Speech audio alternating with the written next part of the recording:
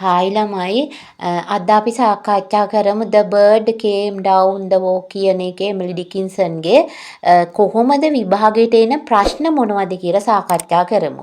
ඊට ඉස්සෙල්ලා මම ඔයාලට දෙයක් කියනවා. ඔයා මේ channel එකට අලුත් කෙනෙක් නම් ඉස්සෙල්ලාම subscribe එකක් දාලා bell icon එක all කරලා තියාගන්න. මම ඔයාලට විභාගයට අවශ්‍ය කරන විභාගයට ලියලා පාස් වෙන්න අවශ්‍ය කරන essay type ටික මම කොහොම හරි දාන්න බලාපොරොත්තු වෙනවා. මම ඒක තමයි මුලින්ම කිව්වේ.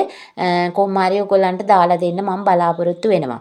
ඉතින් ඒ හින්දා ඔයගොල්ලෝ මගෙත් එක්ක ඉන්න මුලින්ම මම විස්තර කරලා තියෙනවා ගිහිල්ලා බලන්නේ මේ ඇනලයිස් කරලා තියෙනවා පොයම් එකේ තීම් එකත් එක්ක විස්තර කරලා තියෙනවා.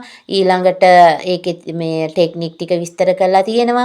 දැන් මම මේ එන ප්‍රශ්න මොන වගේ ප්‍රශ්න දෙන්නේ කියලා, what type of question මොන වගේ question ද විභාගෙට එන්නේ කියලා, essay type question වලට කොහොමද ඔයා ගැඩ ගැසෙන්නේ කියලා මම පෙන්නලා දීලා තියෙනවා. මුලින් මම nature හතරක් ඔයගොල්ලන්ට මම කියනවා. nature හතරෙන් ඔයාලා මේ nature හතර පාඩම් කරගෙන ගියාන් පස්සේ අනිවාර්යෙන් මේ හතරෙන් එකක් එනවා. ඉතින් සාමාන්‍යයෙන් මේ ප්‍රඥාව තියෙන ළමයෙකුට නම් මේ මං දාන ටික කරලා ගියාම මේ හතර කටපාඩම් කරගෙන ගියත් ඒත් ලකුණු 15 ගන්න පුළුවන් ආකාරයට තමයි මම මේ හදලා තියෙන්නේ. ඉතින් ඕගොල්ලන් කම්මැලි නැතුව ලිටරචර් කරන අය කම්මැලි නෑ. හොඳ සුන්දර මනසක් තියෙන හොඳ අය කියලා මම හොඳටම දන්නවා. ඒ හින්දා මේක හොඳින් අහන්න, සාවධානව අහලා මේකෙන් අවශ්‍ය කරන දේ අරගෙන ඕගොල්ලෝ විභාගයේ පාස් වෙන්න කියලා මම කියනවා. ඒ වගේම තව තමයි ඉස්සරහට ඔයගොල්ලන් ලිටරචර් කරන්න අංගිලා මල්ලා ඉන්නවා නම්, කවුරු හරි කරන්න කෙනෙක් ඉන්නවා නම් ඔයගොල්ලන්ට මගේ WhatsApp නම්බර් එක දාලා තියෙනවා. WhatsApp call එකක් දීලා WhatsApp message එකක් හරි දාලා මාත් එක්ක සම්බන්ධ වෙන්න පුළුවන්. මෙන්න මේ ෂෝට් නෝට් එක හොඳට මතක තියාගන්න පුතේ. මේක මෙමරි පොයින්ට් ටිකක්. පොයට් තමයි එමිලි ඩිකින්සන්. මේකේ තීම් එක තමයි nature with human. මේකේ බර්ඩ් රෙප්‍රසන්ට් කරන්නේ nature එක. බර්ඩ් රෙප්‍රසන්ට් කරන්නේ නියෝජනය කරන්නේ nature එක. මේකේ ස්පීකර් කතා නායකයා රෙප්‍රසන්ට් කරන්නේ human ව මිනිස්සයෝ. මේ දෙන මැසේජ් එක තමයි මේ කරන්ට් සොසයිටි එකට කන්වින්ස් කරන්න හදන්නේ අපේ පොයට් මේ එමිලි ඩිකින්සන්. මෙන්න මේක තමයි සමාජයට උගන්වන්න හදන්නේ. මොකද්ද? respect nature. ගරු කරන්නලු සබහාදහමට ගරු කරන කෙනා සබහාදහමේ විසින් ආරක්ෂා කරගන්නවා. don't disturb it. ඒකට හානි කරන්න එපා කියලා තමයි කියන්නේ. අනේ හරි සුන්දර කතාවක් ළමයෝ මේක. අපි සබහාදහමට ගරු කරනවා. සබහාදහම මාතා අපිව ආරක්ෂා කරගන්නවා. සමයි අපි ස්තුතිවන්ත වෙන්න ඕනි නිතර. ලිටරචර් කරන ඔයාගේ හදවත ඇත්තටම calm and quiet වෙන්න. සබහාදහමට නම් ආදරේ කරන්න. මලක් කඩලා ගත්තත් අපි ඒකට ස්තුතියි කියන thanks කියන වචනේ මහා ලොකු වචනයක් නෙමෙයි දරුවනේ. ඔය උන්නාට ඉපදුනාට එහා මෙහා වැනිනව නෙමෙයි. අපි හරියට ආදරෙන් ඉන්න මේ ලිටරචර් කරන්නේ මං හිතනවා මේ එන නිකන් සම්පූර්ණ ඥානයක් පින්වන්ත දරුවෙක් වෙන්න ඕනේ ලිටරචර් කරන්න. මේකෙන් හොඳ දැනුමක් ලබා ගන්න පුළුවන්. මේක මේ විභාගයට ලියන්න විතරක් නෙමෙයි. ඔයාගේ ජීවිතේ මරණ තුරාවකට ජීවත් වෙන කාලය තුර හොඳ දැනුමක් ලබා ගන්න පුළුවන් සබ්ජෙක්ට් එකක් පුතේ මේ ලිටරචර් කියලා කියන්නේ. එහෙනම් අපි ඉස්සරහට යමු. essay type question එකක් තමයි අපි ඊළඟට සාකච්ඡා කරන්න හදන්නේ. මේකේ කියනවා describe how Emily Dickinson present the bird in the poem The Bird Came Down the Walk. එහෙනම් කියනවා විස්තර කරන්නලු, ඉදිරිපත් කරන්නලු කොහොමද බර්ඩ් බැහැලා, කුරුල්ලෙක් කියන්නේ පියාඹලා එන කෙනෙක්නේ. මෙයා කොහොමද බැහැලා ඉන්නේ පල්ලෙහාට කියලා ඔයා විස්තර කරලා දෙන්නලු. පොයම් එකට අනුව විස්තර කරලා ඔයා හරි ගස්සට හදලා දෙන්න මේ ඩිස්ක්‍රයිබ් කරන්න කියලා තමයි මේකෙන් ඉල්ලන්නේ. එහෙනම් මොඩල් ආන්සර් එක බලමු කොහොමද එන්නේ කියලා. in the poem මේ කවියේ The Bird Came Down the Walk Emily Dickinson presents the bird in ඉදිරිපත් කරලා පෙන්නනවා very realistic and vivid manner. නිකන් පැහැදිලි ආකාරයට at the beginning the bird behaves.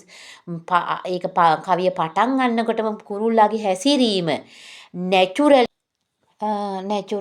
and instinctively it eats a worm. Instinctively, what the meaning of instinctively? නිකන් ඉබේ නිකන් ඉවෙන් වගේ. නිකං මේ තව කියනවා ඒකවල නිකන් සාමාන්‍යයෙන් ජන්මෙන් පුරුද්දෙන් ඉන්නේ පුරුද්දෙන් වගේ. යා මොකද කරන්නේ?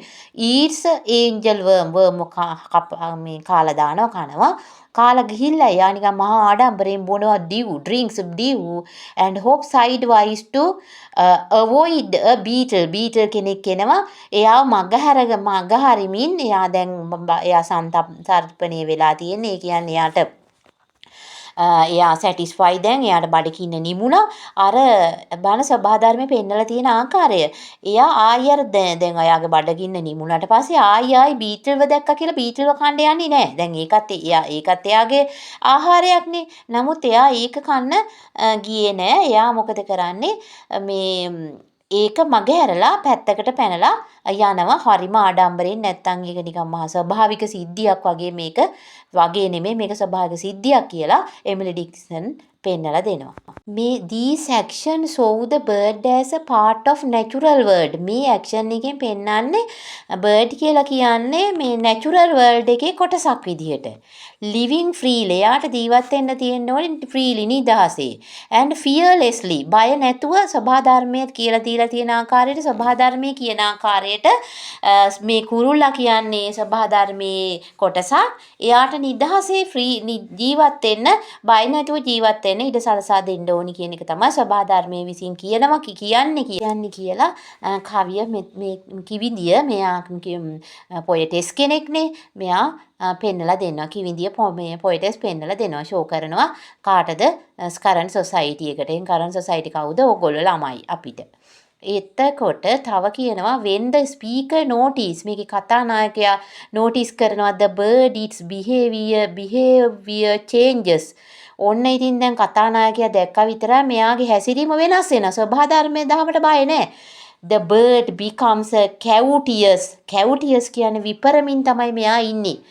And the nervous බයාදු ගතියෙන් ඉන්නේ. This changes highlights the contrast between nature and human. එහෙනම් මෙතනින් පෙන්නනවා මේගොල්ලොන් කන්ට්‍රෑස්ට් කරලා සංසන්දනය කරලා බලනකොට මිනිස්සු සහ සබහාධර්මය අතර පෙන්නනකොට මෙයා කියනවා විපරමින් ඉන්නවා. මෙයාගේ අර බය නැති ගතිය. දැන් සබහාධර්මයේ ඉන්නකොට එයා බය නැහැ. නමුත් අර මේ ස්පීකර් මේ රෙප්‍රසන්ට් කරන්නේ මේ හියුමන්නේ.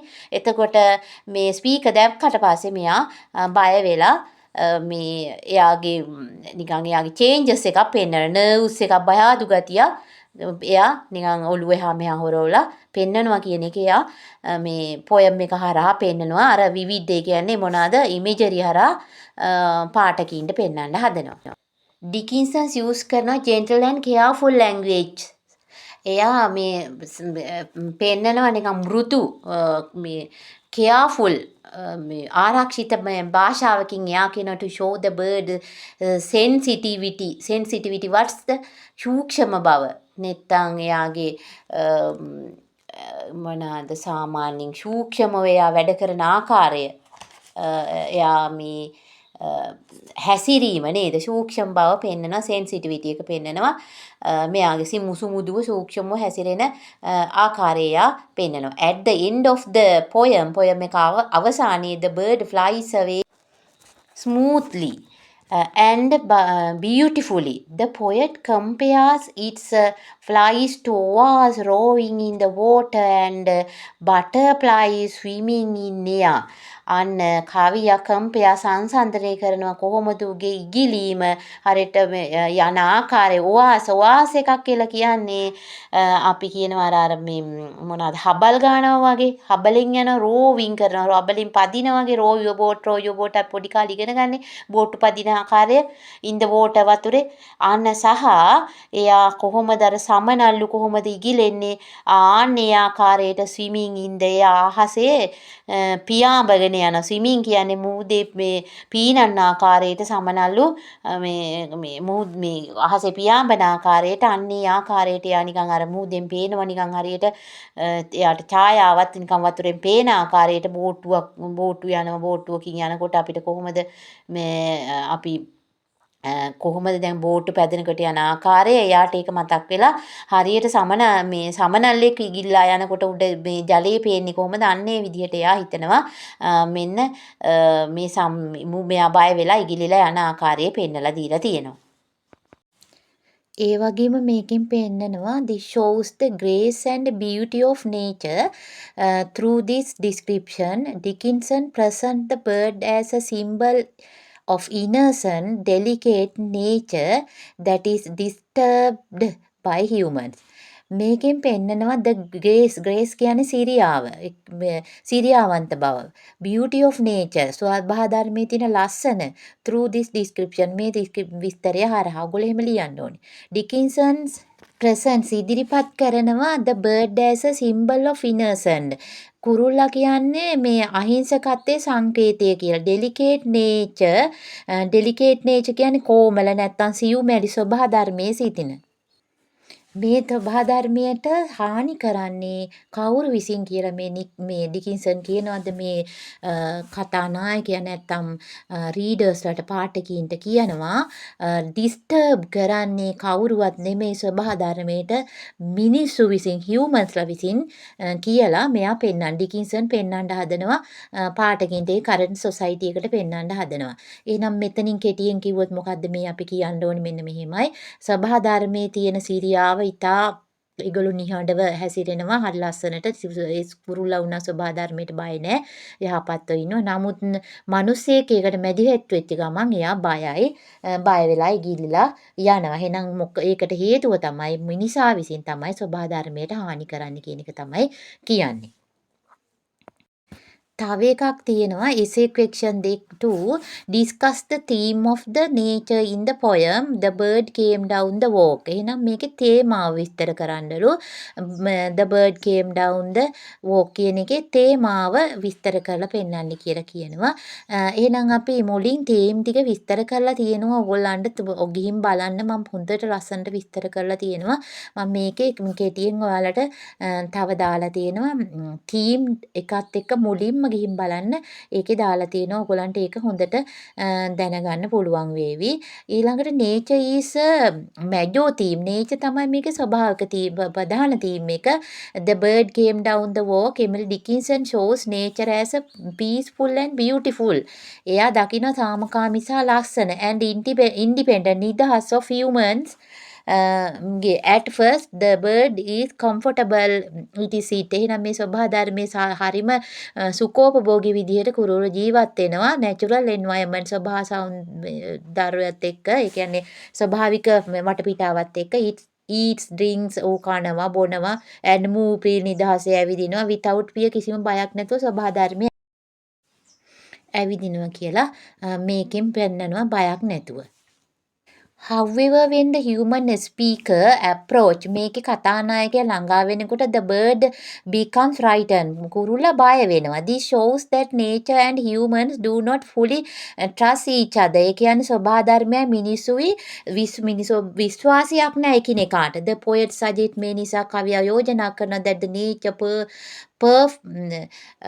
purpose to remain untouched the human interference ඒ කියන්නේ එයා ස්වභාව ධර්මය interference මැදිහත් වීම මිනිසුන්ගේ මැදිහත් වීම ඩිංගක් ඉතා මේ අනේ මම දැන් ඒගොල්ලෝ කියන ආකාරයට නේද ඒතර එහෙම වෙන්නේ නැති ඇත්තටම දැන් කුරුල්ලෝ බය නැතුව එතන හැසිරෙනවා ඒ කියන්නේ ස්වභාව ධර්මයට අන්ටච් කරන්නේ නැතුව ඉන්න කියන එක කියා දෙනවා ඒ කියන්නේ මට හිතෙන ආකාරයට ස්වභාව ධර්මයට හානි නොකරන්න කියන එක තමයි මේකේ ප්‍රධාන වශයෙන් මිනිස්සුන්ට සහ හැම කෙනාටම හියුමන්ලට මේ කවිය දෙන්න හදන තියෙන පණිවිඩය කියලා අපිට හිතෙනවා මේක හරහා ඇත්තනේ දැන් කුරුල්ලා ගිහිලා යන්නේ මිනිස්සුන්ට බයයි එයා හිතන්නේ මේ මිනිසුන් එයාට කරදරයක් කරයි කියලා. හැබැයි ස්වභාව ධර්මයේ ඉන්නකොට එයා දන්නවා එයාට කරදරයක් වෙන්නේ නැහැ කාගෙන්වත් කියලා. එයා නිකන් ආඩම්බරයෙන් කාලා බීලා නටලා ඉන්නවා. නමුත් මිනිස්සු මැදිහත් වුණාම එයා හරි බයයි. මොකද කරන්නේ එයා ඒ බයෙන් ටග් ගාලා ඉගිරිලා එයා හකට යනවා. The final flight symbolize the freedom and the purity of nature. කුරුල්ලා මොකද වෙන්නේ? අවසානයේ ඉගිලිලා යනවා symbolize සංකේතවත් කරමින් නිදහස and purity pure භාවය මේ පිරිසිදු බව of nature එකේ පෙන්නලා Dickinson use soft and gentle imagery මේකෙන් Dickinson මොකද එයාගේ ඥානවන්තකමෙන් අරගෙන එයා මේ පින්තූර හරහා පෙන්වන්න හදනවා සිරියාවන්ත graceful and delicate කෝමල වටපිටාවක් තියෙනවා කියලා. Through the poet teach readers කවියා උගන්වනවා පාඨකීන්ට respect nature ගරු කරන්න කියලා සබහා ධර්මයට and observe it without disturbing ඒක observe කහ ගන්න කියනවා කිසිම disturb එකක් හානියක් නම් සබහා ධර්මයට කරන්න එපා කියන එක හැම තැනකින්ම clue එකක් විදිහට ඉඟි වශයෙන් එයා පෙන්නලා දීලා තියෙනවා. ඉතින් අපිට මේ විස්තර කරනකොට තව මේට වැඩිය දේවල් දාලා ඔයගොල්ලන්ට විස්තර කරන්න පුළුවන්. මේ ආකාරයට ඔයාලා විස්තර කරලා පෙන්නන්න. එතකොට ඔයාලට ලකුණු හම්බ වෙනවා. එතකොට මේක මේ විභාගෙට ලියන්න විතරක් නෙමෙයි ඔයගොල්ලන්ගේ ජීවිතයට ඉතා වටින දෙයක්.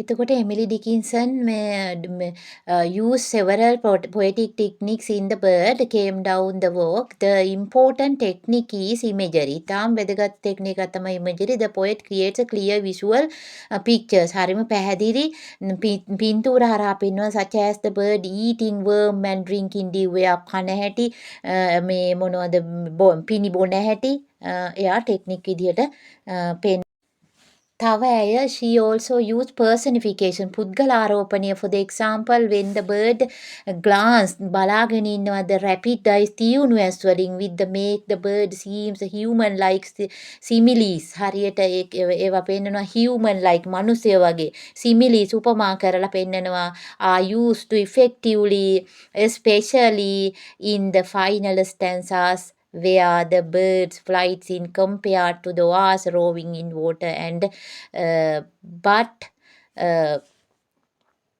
එතකොට එතනින් පෙන්නන ආකාරයට මොකද කියලා සිමිලි උපමා දාලා පෙන්නනවා පර්සනිෆිකේෂන් පෙන්නනවා යා කියනවා ෆයිනල් ස්ටැන්සා එකේදී කම්පෙයාර්ඩ් කරලා පෙන්නනවා කොහොමද අර බෝට්ටුවකින් පැදලා යනවා වාගේ මේ බෝට්ටුවකින් හබල් ගහනවා වගේ කුරුල්ලා ඉගිල්ලා යන ආකාරය පෙන්නනවා ඒ වගේම උද්දේ සමනළු ඉගිලෙනකොට කොහොමද අර ජලයේ වතුර වල කොහොමද පෙන්නන්නේ අර සෙවණැල්ල ඒ ආකාරයට යා බය වෙලා ෂූ ගාලා ඉගිලිලා යනවා. ඒක පෙන්නන ආකාරය ඔයාලට හිතේම හොයා ගන්න පුළුවන්. ඒක visual imagery හරහා එයා ඒ ටෙක්නික් එක පාවිච්චි කරලා තිනවා visual imagery. Dickinson also use symbolism the bird represent nature බුරුල්ලා නියෝජනය කරනවා සබහා ධර්මයේ while the speaker represent human ඒ කියන්නේ මේ කතානායකයා නියෝජනය කරනවා මිනිසු the general tone of the poem helps to the emphasize අවධානය කරලා පෙන්නනවා beauty and fragility කියලා කියන්නේ බිඳින සුළු විනාශ වෙන සුළු භාවය පෙන්නනවා of nature සබහා ධර්මයේ කුළු මැදිහත් වුණාම these techniques make the poem meaningful and attractive to readers මේකේ හොඳ තේරුමක් ගන්න පුළුවන් meaningful තේරුමක් වෙන විදියට පාඨකයට සිත් ඇද ගන්නා සුළු විදියට පාඨකයට attractive වෙන ආකාරයට පෙන්නලා තියෙනවා. එහෙනම් ඕගොල්ලන්ට කොහොමද මෙයා ටෙක්නික් යූස් කරලා තියෙන්නේ? ඒ ආකාරයට මේ කොහොමද මේ කවිය ඩිස්ක්‍රිප්ෂන් කරලා තියෙන්නේ? එතකොට මෙයා මොනවද සමාජයට දෙන්න හදන්නේ? එතකොට ඔයාට අවසානයේ ඕනනම් ලියන්න පුළුවන් මම තව ටෙක්නික් එකක් කියලා දෙන්න. අවසානයේ කියන crystal clear හරිම පැහැදිලි. crystal clear හරිම පැහැදිලි වචන දාන්න අවසානයේ. මෙයා දෙන්න හදනවා current society එකට the poet try to give the current society the message like this මේ වගේ පණිවිඩයක් කියලා ඔයගොල්ලන්ට අවසානයේ ලස්සනට ලියලා අවසන් කරන්න පුළුවන්. එහෙනම් ඔන්න දැන් ඒකත් ඉවරයි. දැන් එතකොට අපි පොයම් දෙකක් කරලා ඒකේ ප්‍රශ්නත් කරලා ඉවරයි. මම අනිකත් එක දාන්න බලන්නම් පුළුවන් ඉක්මනට. එහෙනම් ඔයාලට ඔන්න ලිටරචර් වලට ක්ලාස් තියෙනවා අපේ. ඉතා සුළු ගානකට තමයි මම කරන්නේ. අර වෙන වගේ පැයට දෙකකට නෙමෙයි. මම පුළුවන් තරම් ළමයි හදන්න කරන්න ඕනි දේවල් කරනවා. ලංකාව පුරාවටම ලිටරචර් ක්ලාස් තියෙනවා මගේ කරනවා. ඔයාලා කැමති කෙනෙක් ඉන්නවා නම් මුල ඉඳන්ම යන්න කැමති කෙනෙක් ඉන්නවා නම් 9 වසරේ ඉඳන්ම ජොයින් වෙන්න පුළුවන්. හදිසියෙ 11 වසර විභාගෙට යන්න ඉන්න අය දැන් මේ හෙට අනිද්දා ඉන්න අයට වුණත් උවමනාව තියෙනවා නම් ඒක දෙකක් හරි මම එන විදිහ හරි කියලා දෙනවා. ජොයින් වෙලා අහන්න පුළුවන්. එහෙනම් ඔයගොල්ලන්ගෙන් නංගිලා මල්ලා ඉන්නවනම් ඒගොල්ලන්ට කියන්න මේ ලිටරචර් කොහොම හරි කරවන්න මේක ඉතා වටිනා විෂයක්.